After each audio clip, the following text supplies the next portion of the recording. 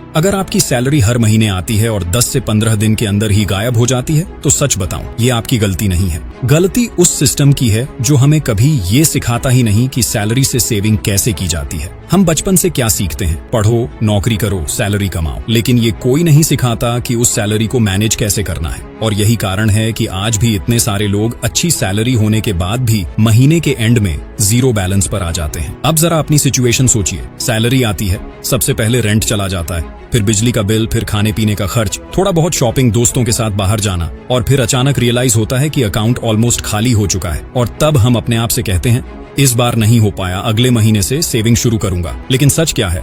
अगला महीना भी बिल्कुल वैसे ही निकल जाता है। और सबसे बड़ी गलती क्या है पता है? हम सोचते हैं कि जब सैलरी बढ़ेगी तब सेविंग करेंगे, लेकिन रियलिटी बिल्कुल उल्टी है। सैलरी बढ़ती है लेकिन उसके साथ साथ खर्च उससे भी ज्यादा बढ़ जाता है। तो सवाल ये है कि आखिर सेविंग शुरू कैसे करें? इसका आपको कुछ सिंपल लेकिन पावरफुल तरीके अपनाने होंगे। सबसे पहला तरीका है पहले खुद को पे करना। इसका मतलब है कि जैसे ही आपकी सैलरी अकाउंट में आए उसी समय सबसे पहले एक फिक्स्ड अमाउंट अपनी सेविंग के लिए अलग कर दीजिए। इसे ऐसे समझिए जैसे आप खुद को सैलरी दे रहे हैं। अभी हम क्या करते हैं?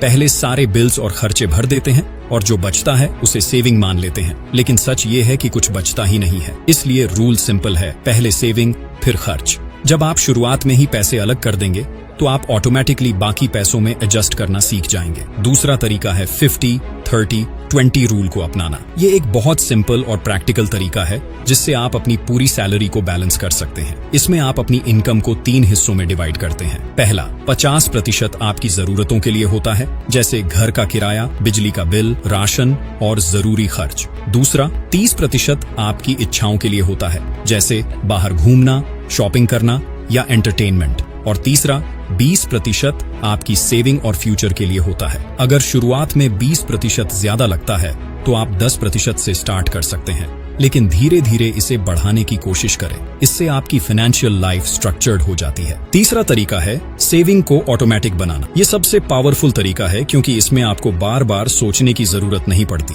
जैसे ही सैलरी आए उसी दिन एक ऑटो ट्रांसफर सेट कर दीजिए जो हर महीने एक फिक्स्ड अमाउंट आपके सेविंग्स अकाउंट या इन्वेस्टमेंट में डाल दे। अगर आप चाहें तो SIP भी सेट कर सकते हैं।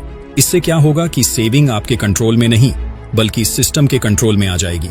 और जब सेविंग ऑटोमेटिक हो जाती है तो कंसिस्टेंसी अपने आप आ जाती है। चौथा तरीका है इमरजेंसी फंड बनाना। बहुत लोग सीधे इन्वेस्टमेंट शुरू कर देते हैं, लेकिन यह सही अप्रोच नहीं है। सबसे पहले आपको अपने लिए एक सेफ्टी नेट बनाना चाहिए। इमरजेंसी फंड ऐसा पैसा होता है जिसे आप सिर्फ मुश्किल समय के लिए रखते हैं, जैसे जॉब लॉस, मेडिकल इमरजेंसी या कोई अचानक खर्च। आपको कोशिश करनी चाहिए कि कम से कम 3 से 6 महीने के खर्च के बराबर पैसा इस फंड में हो। इससे आपको फाइनेंशियल सिक्योरिटी मिलती है और आप किसी भी मुश्किल समय में पैनिक नहीं करते। पांचवां तरीका है अपने अननेसेसरी एक्सपेंसेस को कंट्रोल करना।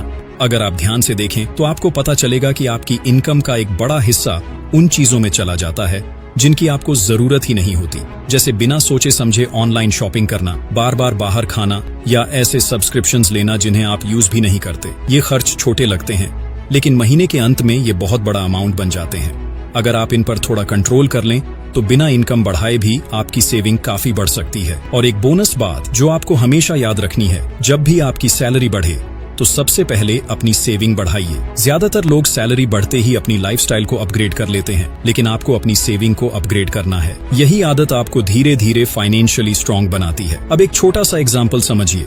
मान लीजिए आपकी सैलरी 20,000 है और आप सिर्फ 2,000 रुपए से सेविंग शुरू करते हैं। शुरुआत में ये अमाउंट छोटा लगेगा, लेकिन अगर आप इसे लगातार करते रहते हैं तो कुछ ही सालों में ये एक अच्छा अमाउंट बन जाएगा। क्योंकि वेल्थ एक दिन में नहीं बनती, वो धीरे धीरे और कंसिस्टेंटली बनती है। तो आज का मैसेज बहुत सिंपल है, सेविंग कोई बड़ी इनकम वालों का गेम नहीं है, ये डिसिप्लिन वालों का गेम है। आप आज डिसाइड कीजिए, चाहे 500 रुपए ही क्यों ना हो, लेकिन आप इस महीने से सेविंग शुरू करेंगे। क्योंकि एक बात हमेशा याद रखना, जो इंसान सेविंग नहीं करता वो कभी फाइनेंशियली फ्री नहीं हो सकता। अगर आपको ये वीडियो यूजफुल लगी हो तो इसे लाइक जरूर करें और कमेंट में जरूर बताएं कि आप इस महीने से कितनी सेविंग शुरू करने वाले हैं।